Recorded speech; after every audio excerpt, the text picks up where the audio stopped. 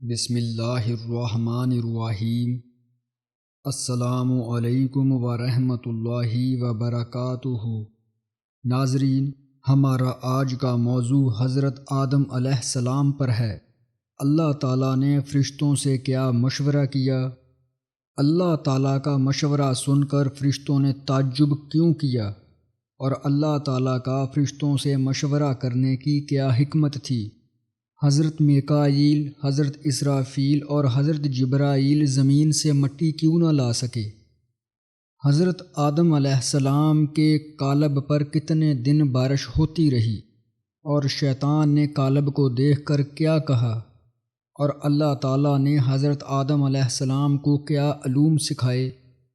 آج اس ویڈیو میں ان تمام باتوں کا ذکر کیا جائے گا۔ تمام قسم کی حمد و ثنا اللہ تعالیٰ کے لیے ہے جو تمام جہانوں کا خالق و مالک ہے، اور اس کے پیارے حبیب حضرت محمد صلی اللہ علیہ وآلہ وسلم پر بے حد و حساب درود و سلام ہو۔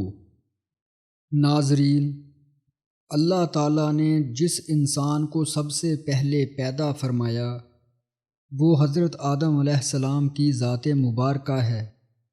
آپ اللہ تعالیٰ کے سب سے پہلے نبی اور رسول ہیں، اور اللہ کے سب سے پہلے خلیفہ ہیں، اور تمام انسانوں کے باپ ہیں۔ ناظرین، اللہ تعالیٰ نے جب فرشتوں سے مشورہ فرمایا، اور یاد کیجئے جب آپ کے رب نے فرشتوں سے فرمایا، بے شک میں بنانے والا ہوں زمین میں اپنا نائب، سورہ بقرہ۔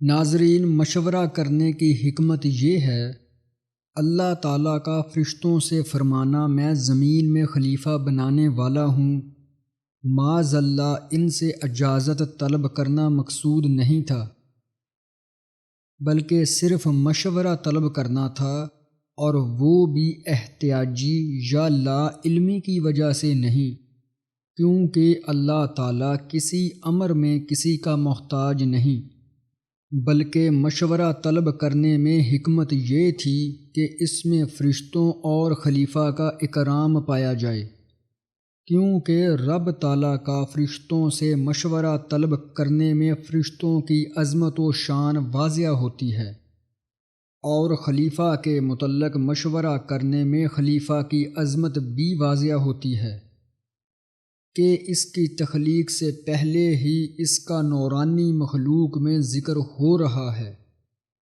جیسا کہ حدیث مبارکہ ہے، بے شک میرے رب نے میری امت کے بارے میں مجھ سے مشورہ طلب فرمایا۔ ناظرین، یہ مشورہ طلب کرنا بھی اسی حکمت کے پیش نظر تھا کہ اس میں رسول کریم اور آپ کی امت کی عزت افزائی ہو۔ اللہ تعالیٰ نے اپنی لا علمی یا احتیاجی کے طور پر معاذ اللہ نبی کریم سے مشورہ نہیں کیا۔ اسی طرح اللہ تعالیٰ نے رسول کریم کو حکم فرمایا، آپ ان سے امور میں مشورہ کریں، سورہ نساء۔ یہاں صحابہ کرام سے مشورہ کرنے کا حکم اس لیے نہیں دیا کہ آپ صحابہ کرام کے مشورہ کے محتاج تھے، بلکہ صحابہ کرام کی عزت و افزائی کے لیے مشورہ کا حکم دیا گیا۔ ناظرین، اللہ تعالیٰ نے جب مشورہ طلب کیا تو فرشتوں کا تعجب سے کیا سوال تھا؟ جب اللہ تعالیٰ نے فرشتوں سے خلیفہ بنانے کا مشورہ طلب کیا تو فرشتوں نے تعجب کرتے ہوئے رب تعالیٰ سے سوال کیا، کیا ایسے کو نائب کرے گا جو اس میں فساد پھیلائے اور خون ریزیاں کرے، اور ہم تجھے سراہتے ہوئے تیری تسبیح کرتے اور تیری پاکی بولتے ہیں، سورہ بقرہ۔ ناظرین، فرشتوں نے رب تعالیٰ پر کوئی اعتراض نہیں کیا اور نہ ہی کوئی مخالفت کی، بلکہ ان کو اللہ تعالیٰ نے پہلے ہی علم دے رکھا تھا کہ جو میں خلیفہ بنانے والا ہوں اس کی اولاد میں عناصر اربع کی آمیزش ہوگی جو ایک دوسرے کے مخالف ہوں گے، یعنی آگ، مٹی، پانی، ہوا کا مجموعہ ہوگا۔ اسی لیے فرشتوں نے سمجھا کہ مخالف اور ضد کی چیزیں ملنے سے تو فساد ہی ہوگا، کیونکہ خلیفہ تو اس لیے بنایا جاتا ہے کہ زمین میں بھلائی قائم ہو اور لوگوں کو بھلائی کی راہ پر قائم کیا جائے۔ ناظرین، خیال رہے کہ یہ فرشتوں کی اجتہادی خطا تھی کہ انہوں نے سمجھا شاید تمام انسان ایسے ہوں گے، حالانکہ انبیاء کرام علیہ السلام معصوم ہونے کی وجہ سے اور نیک و پارسا صالح و متقی لوگ اللہ کی حفاظت میں ہونے کی وجہ سے فساد برپا کرنے سے پاک ہیں۔ پھر اللہ پاک نے فرمایا، یعنی اے میرے فرشتو، میں وہ سب جانتا ہوں جو تم نہیں جانتے۔ سورہ بقرہ۔ ناظرین، حضرت آدم علیہ السلام کی پیدائش کیسے ہوئی؟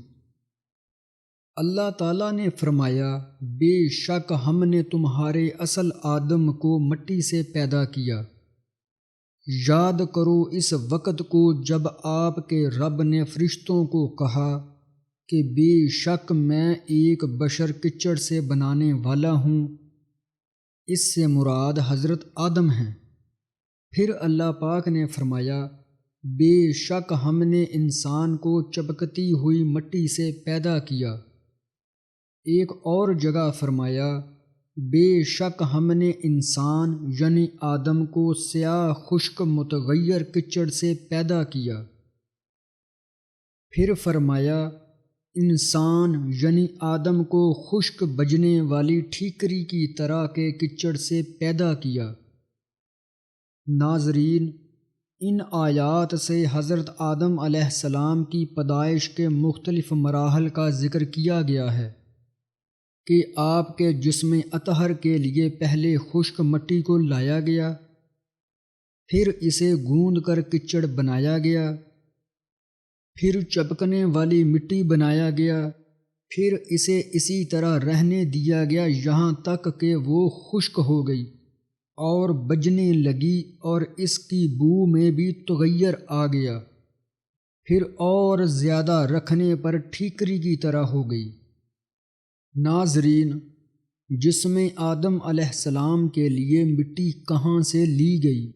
جب اللہ تعالیٰ نے تخلیق آدم کا ارادہ فرمایا تو حضرت جبرائیل علیہ السلام کو زمین پر بھیجا گیا۔ آپ جب تشریف لائے تو زمین سے مٹی لینے کا ارادہ کیا تو زمین نے بڑی عاجزی و انکساری اور گریہ زاری سے عرض کیا، میری مٹی سے بننے والے شخصوں نے اگر خون ریزیاں کی یا وہ جرائم کی وجہ سے جہنم میں گئے تو مجھے تکلیف ہوگی۔ حضرت جبرائیل زمین کی عاجزی و انکساری کو دیکھ کر واپس چلے گئے اور اللہ تعالیٰ کے حضور تمام ماجرا بیان کر دیا۔ اسی طرح حضرت اسرافیل بھی آ کر واپس چلے گئے اور حضرت میکائیل بھی آ کر واپس چلے گئے۔ ناظرین، ان تمام کے بعد حضرت عزرائیل علیہ السلام آئے۔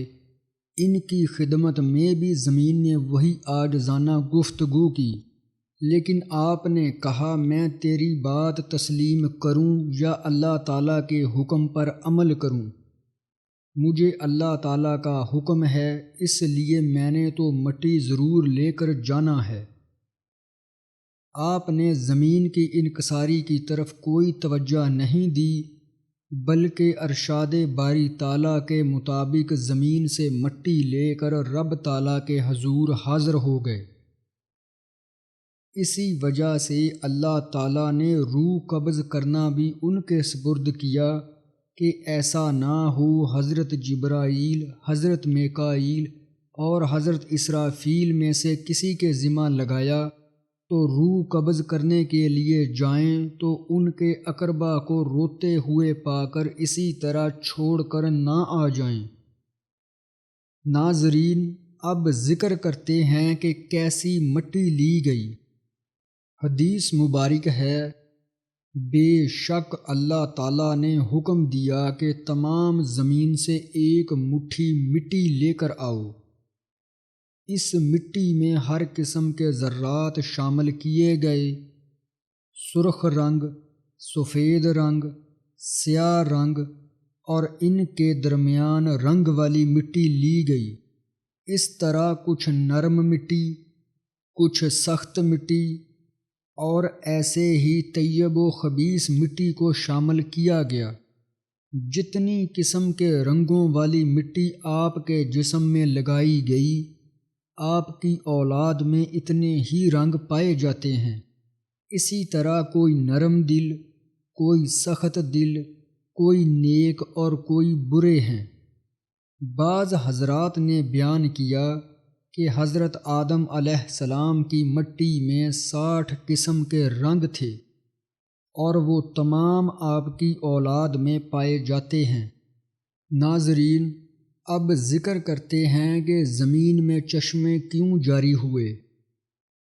اللہ تعالیٰ نے جب حضرت آدم علیہ السلام کو پیدا کرنے کا ارادہ فرمایا تو زمین کو بتایا کہ میں تجھ سے اپنی ایک مخلوق پیدا کرنے والا ہوں، جو میرے مطیع ہوں گے ان کو میں جنت میں داخل کروں گا، اور جو میرے نافرمان ہوں گے ان کو میں جہنم کی آگ میں ڈال دوں گا۔ یہ سن کر زمین نے پھر پوچھا، اے اللہ، مجھ سے پیدا ہونے والی مخلوق جہنم کی آگ میں جائے گی؟ رب تعالیٰ نے فرمایا، ہاں۔ تو زمین اتنا روئی کہ اس کے رونے سے چشمے جاری ہو گئے جو قیامت تک جاری رہیں گے۔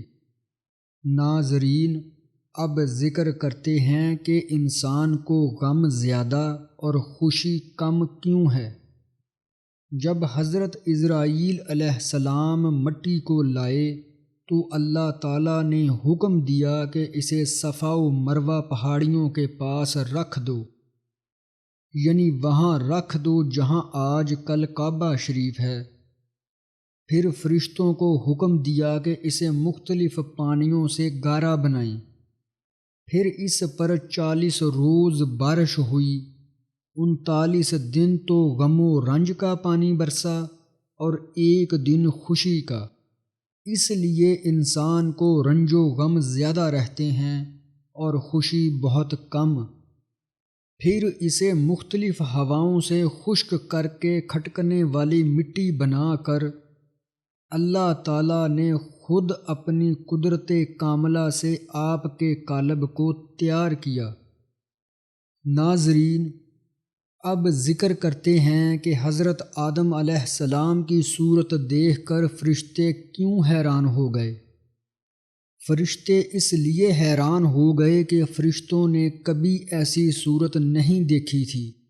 وہ حیران ہو کر اس کے ارد گرد پھرتے تھے اور اس کی خوبصورتی پر تعجب کرتے تھے۔ ناظرین، اب ابلیس کا ذکر کرتے ہیں۔ ابن عباس فرماتے ہیں، ابلیس فرشتوں کے ایک قبیلہ میں سے تھا جنہیں جن کہتے تھے، جو آگ کے شعلوں سے پیدا ہوئے تھے۔ اس کا عربی نام حرس تھا اور سریانی نام عزازیل تھا اور جنت کا خازن تھا۔ اس کے سوا باقی تمام فرشتے نوری تھے۔ قرآن پاک میں بھی جنوں کی پیدائش کا ذکر کیا گیا اور فرمایا، آگ کے شعلے کی جو تیزی سے بلند ہوتے ہیں۔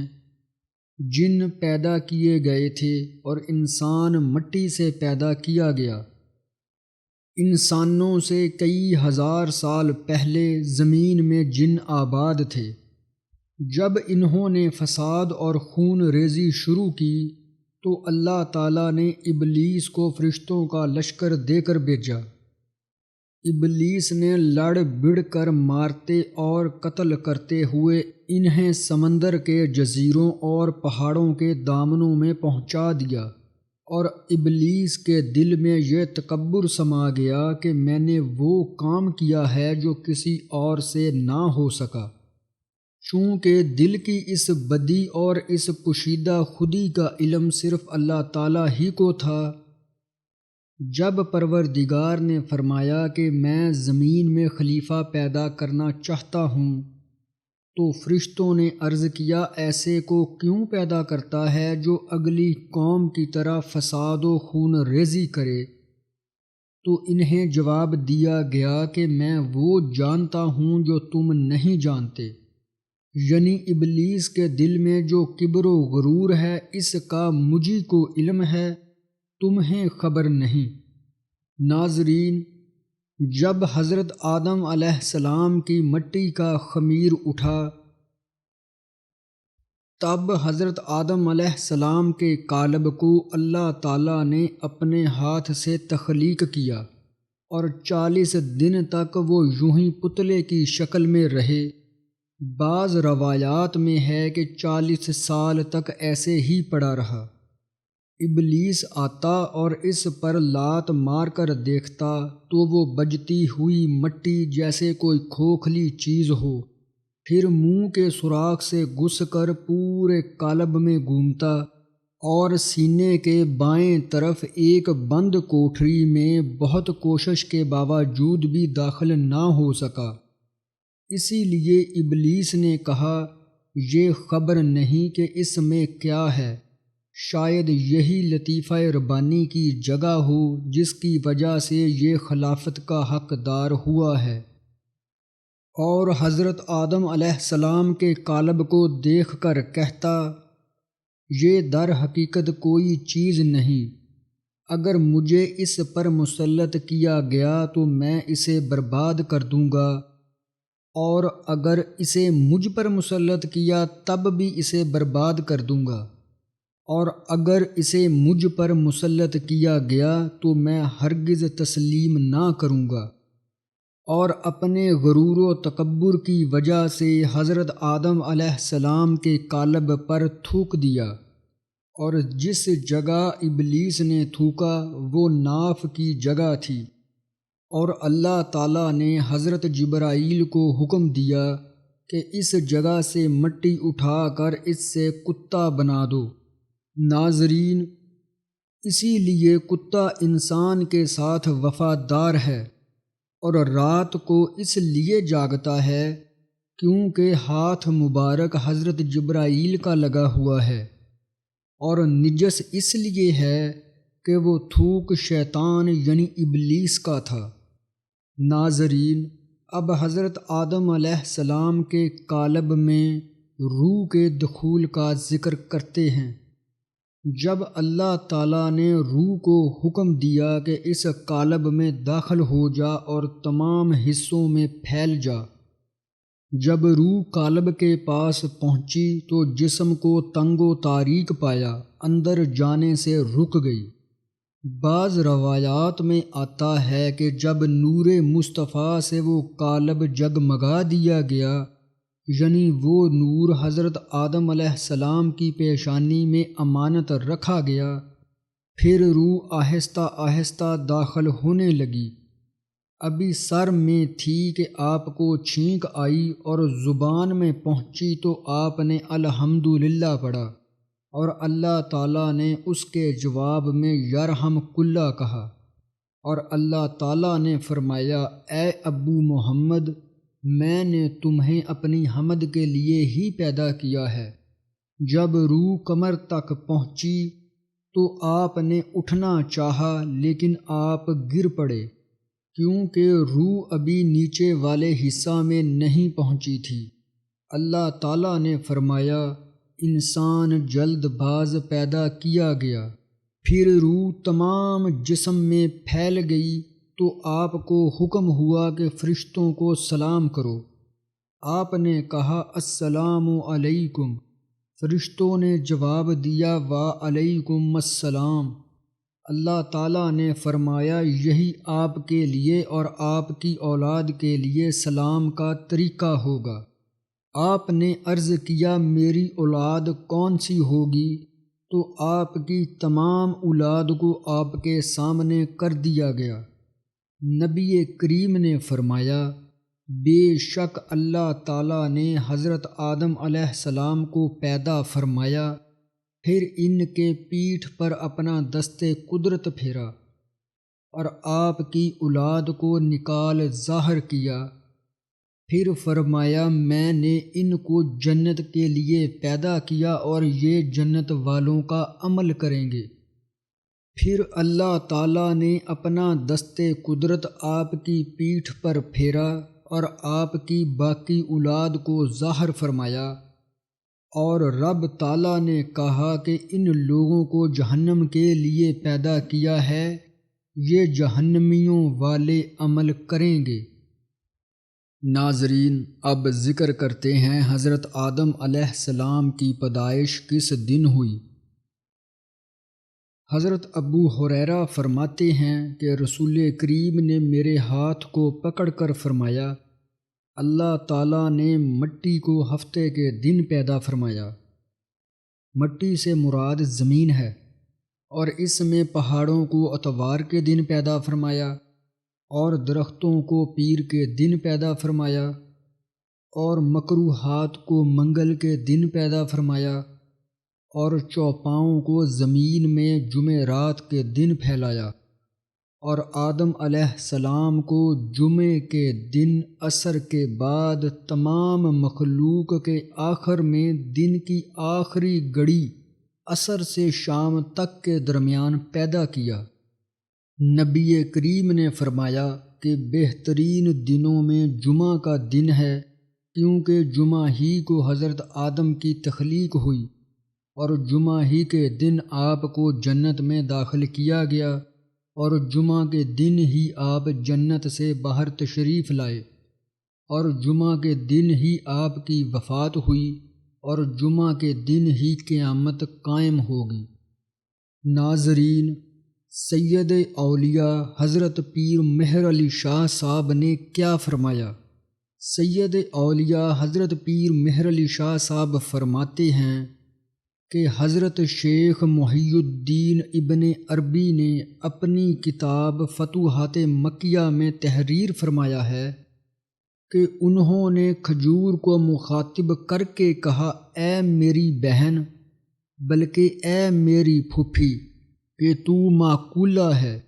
ناظرین، یہ اشارہ اس حدیث مبارک کی طرف ہے جس میں فرمایا گیا کہ جب حضرت آدم علیہ السلام کی خلقت سے کچھ مٹی باقی رہ گئی، جس سے کھجور کا درخت بنایا گیا، لہٰذا کھجور کا درخت حضرت آدم کی بہن اور ہماری پھوپھی ٹھہرا۔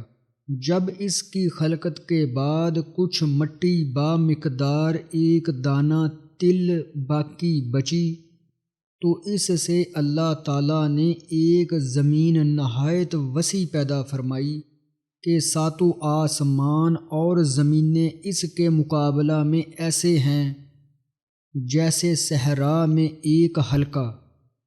اس کو ارض حقیقی بولتے ہیں۔ این جہاں را آن جہان دیگر است، اس جہان کے مقابلے میں وہ جہان ہی اور ہے۔ اس میں صرف اللہ تعالیٰ کے اولیاء ہی داخل ہوتے ہیں، اور اس کا علم بھی انہی کو حاصل ہے۔ یہ بات حضرت شیخ محی الدین ابن عربی کی کتاب فتوحات مکیہ میں تحریر ہے، بقول حضرت پیر مہر علی شاہ صاحب رحمۃ اللہ علیہ۔ ناظرین، حضرت آدم علیہ السلام کے قد کے متعلق رسول کریم نے فرمایا، حضرت آدم علیہ السلام کی لمبائی 60 ذرا تھی، یعنی 90 فٹ، اور آپ کی چوڑائی 7 ذرا تھی۔ ناظرین، حضرت آدم علیہ السلام کی تخلیق سے پہلے اللہ تعالیٰ نے فرشتوں کو حکم دے رکھا تھا کہ تم نے میرے خلیفہ کے سامنے سجدہ کرنا ہے۔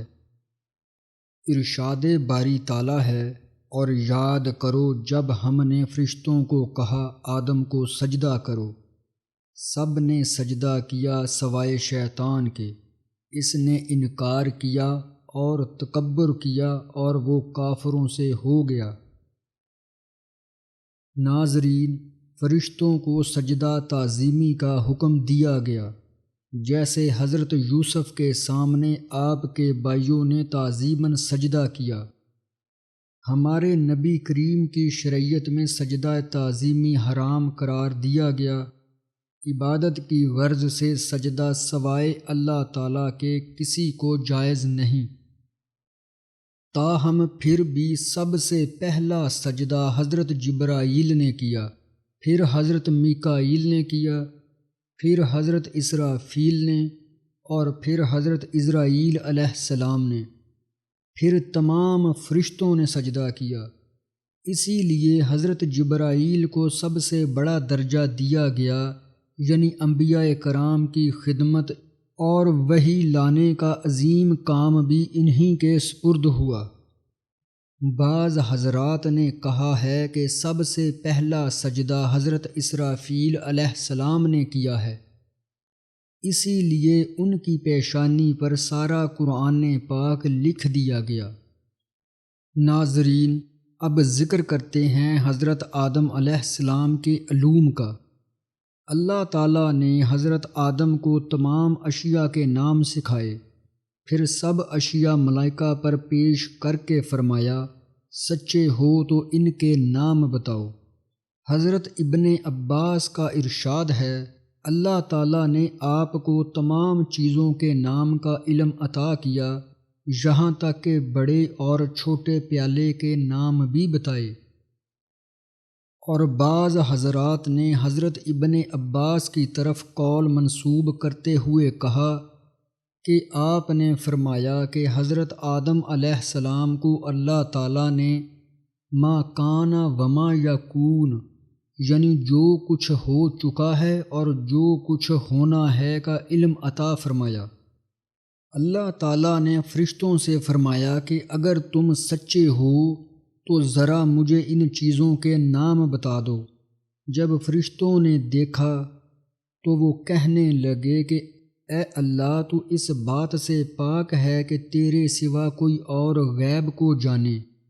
ہماری توبہ ہے اور اقرار ہے کہ ہم غیب دان نہیں، ہم تو صرف وہی جان سکتے ہیں جس کا علم تو ہمیں دے، جیسے تو نے ان کے نام حضرت آدم علیہ السلام کو ہی سکھائے ہیں۔ اب اللہ تعالیٰ نے حضرت آدم علیہ السلام سے فرمایا کہ تم انہیں ان تمام چیزوں کے نام بتا دو۔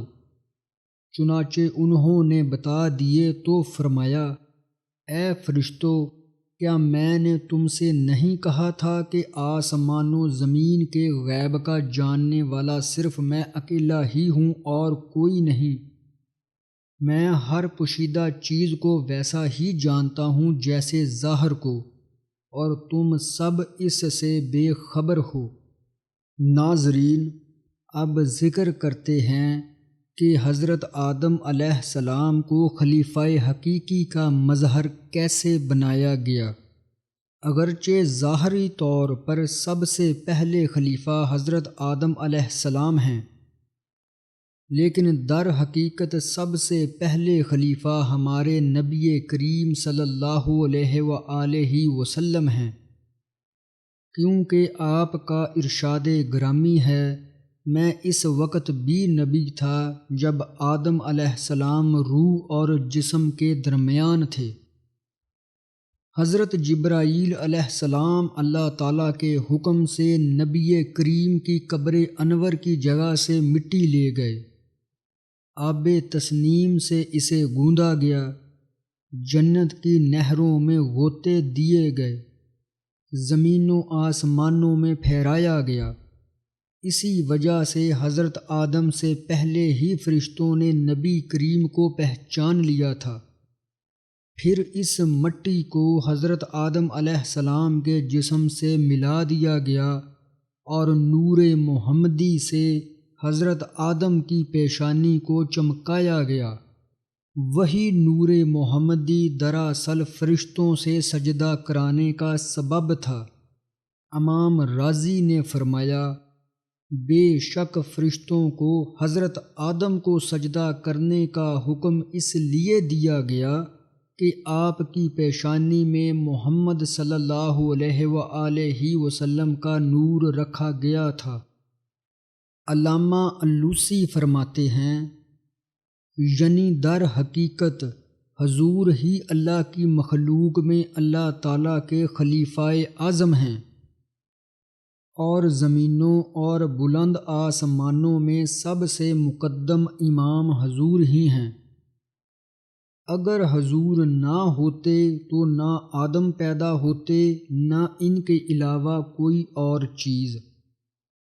علامہ رازی اور علامہ الوسی کی ان عبارات سے واضح ہوا کہ خلیفہ اعظم حضور کریم ہی ہیں۔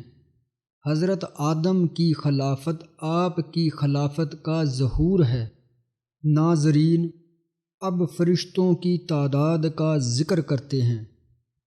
فرشتوں کی تعداد کو صرف اللہ تعالیٰ ہی جانتا ہے یا نبی کریم، کیونکہ نبی کریم کو تمام زمینوں آسمانوں کا علم دیا گیا تو آپ جانتے ہیں، لیکن آپ نے کبھی بھی تعداد کا ذکر نہیں فرمایا۔ علامہ رازی نے اس طرح فرمایا کہ فرشتوں کی تعداد بہت زیادہ ہے، کیونکہ نبی کریم نے فرمایا، آسمان میں چرچراہٹ پیدا ہوئی اور حق بھی یہی ہے کہ ان میں چرچراہٹ پائی جائے، کیونکہ آسمانوں میں ایک قدم بھی جگہ نہیں کہ وہاں کوئی فرشتہ سجدہ یا رکوع نہ کر رہا ہو۔ تمام انسان، جن، حیوانات، پرندے، آبی جانور صرف روئے زمین کے مکین فرشتوں کا 10واں حصہ ہیں، پھر یہ بھی ان تمام کے ساتھ ملا کر پہلے آسمان کے فرشتوں کا 10واں حصہ ہیں۔ پھر یہی سلسلہ 7 آسمانوں تک، پھر عرش کے پردوں کے ساتھ اور حاملین عرش کے فرشتوں کی تعداد کے مقابلہ میں ایسے ہیں جیسے سمندر کے مقابل ایک قطرہ ہو۔